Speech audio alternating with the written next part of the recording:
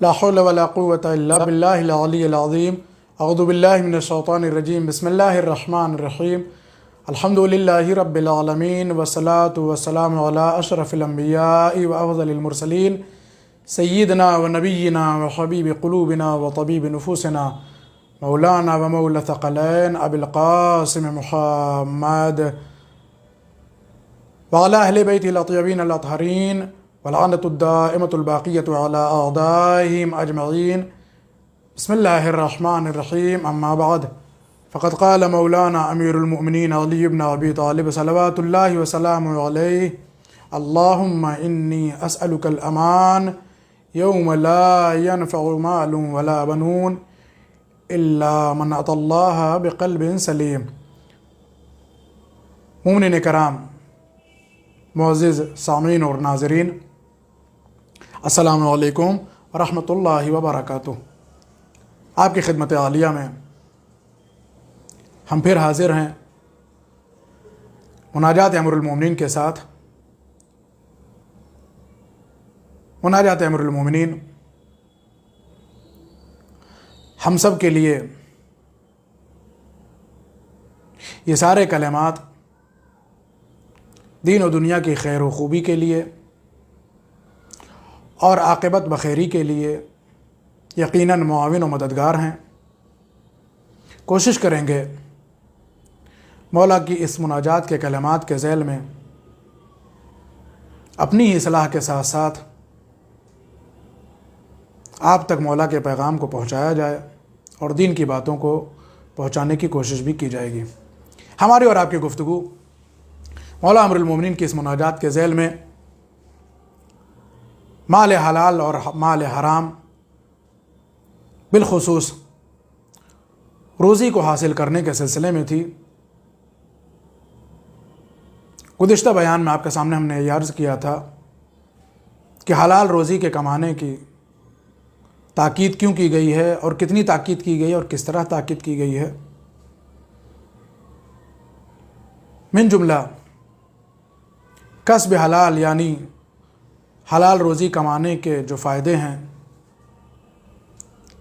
ان میں سے چند ایک آپ کی خدمت میں عرض کیے گئے تھے. آج بھی رزق و روزی حلال کی طرف چند ایک باتوں کا توجہ دلانا مقصود ہے. رزق و روزی اگر حلال طریقے سے حاصل کی جائے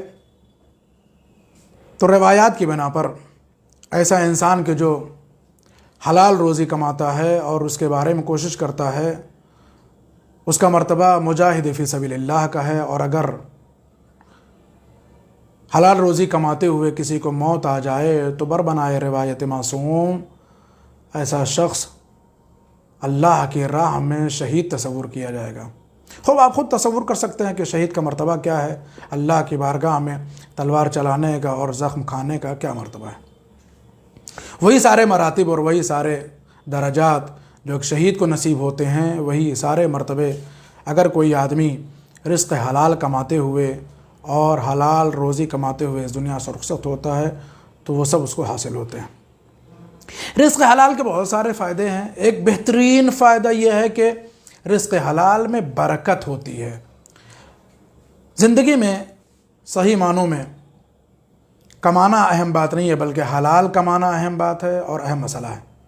یقیناً آج کی اس پرآشوب دنیا میں کمانا ایک بڑا کام ہے، کار و کوشش کرنا ایک بڑا کام ہے، لیکن اس سے بڑا کام ہے حلال کمانا اور حلال رزق حاصل کرنا. اور اس سے بڑا مسئلہ ہے اگر رزق کما بھی لیا تو اس میں برکت ہوتی یا نہیں ہوتی ہے. رزق حلال میں برکت ہونا بھی ایک اہم مسئلہ ہے. رزق و روزی حلال میں برکت اسی وقت ہوتی ہے کہ جب انسان اس رزق کو دین کے بتائے ہوئے، ائمہ کے بتائے ہوئے راستوں کے ذریعے سے حاصل کرتا ہے. یقیناً اگر ہمارے مال میں، ہماری روزی میں، ہمارے رزق میں برکت نہ ہو تو وہ رزق و روزی اور وہ مال ہمارے کسی کام نہیں آنے والا ہے. ہو سکتا ہے اس دنیا میں وقتی طور پر یہ مال ہمیں سہولت دے دے، لیکن آخرت میں یہ ہمارا کمایا ہوا مال اگر حرام طریقے سے ہے تو یقیناً پریشانیاں لے کر آتا ہے اور قیامت میں بھی مصیبت لے کر آنے والا ہے۔ دوسرے، مال حرام میں برکت بھی نہیں ہے۔ یقیناً برکت صرف اور صرف مال حلال میں ہے، رزق حلال میں ہے اور حلال روزی میں ہے۔ وہ مال اور وہ روزی اور وہ رزق جو راہ حلال سے حاصل کیا جائے اس میں برکت بھی ہے۔ برکت ہونا ایک بہت بڑا اللہ کی طرف سے ہدیہ ہے، عنایت ہے ہمارے لیے اور ہم سب کے لیے تحفہ ہے کہ ہمارے رزق میں، ہمارے مال میں، ہماری روزی میں برکت ہو۔ برکت ہونا یعنی کم مال میں بھی ضرورت کا پورا ہو جانا برکت کہلاتا ہے۔ کم روزی میں بھی مطمئن ہونا برکت کہلاتا ہے۔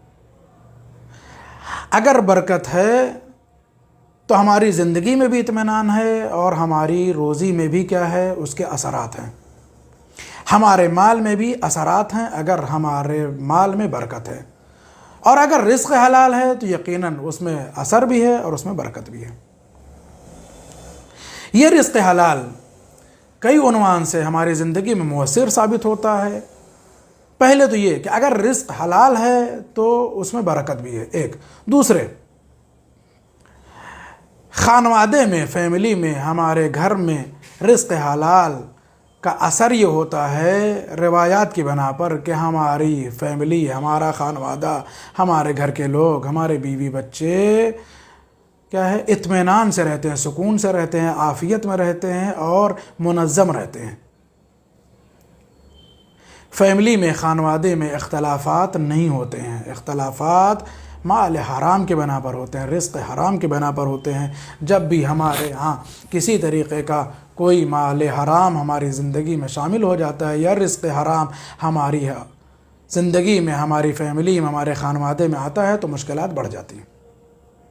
اور پھر رزق حرام کے آ جانے کا اثر یہ ہوتا ہے کہ ہماری فیملی میں اختلافات شروع ہو جاتے ہیں۔ ہماری رزق کی فراہمی جو ہے وہ کیا ہے، رزق حلال کے ذریعے سے ہو، راہ حلال کے ذریعے سے ہو، لہذا ہماری فیملی، ہمارا خانوادہ کیا ہے، اس صورت میں مطمئن بھی ہے اور منظم بھی ہے۔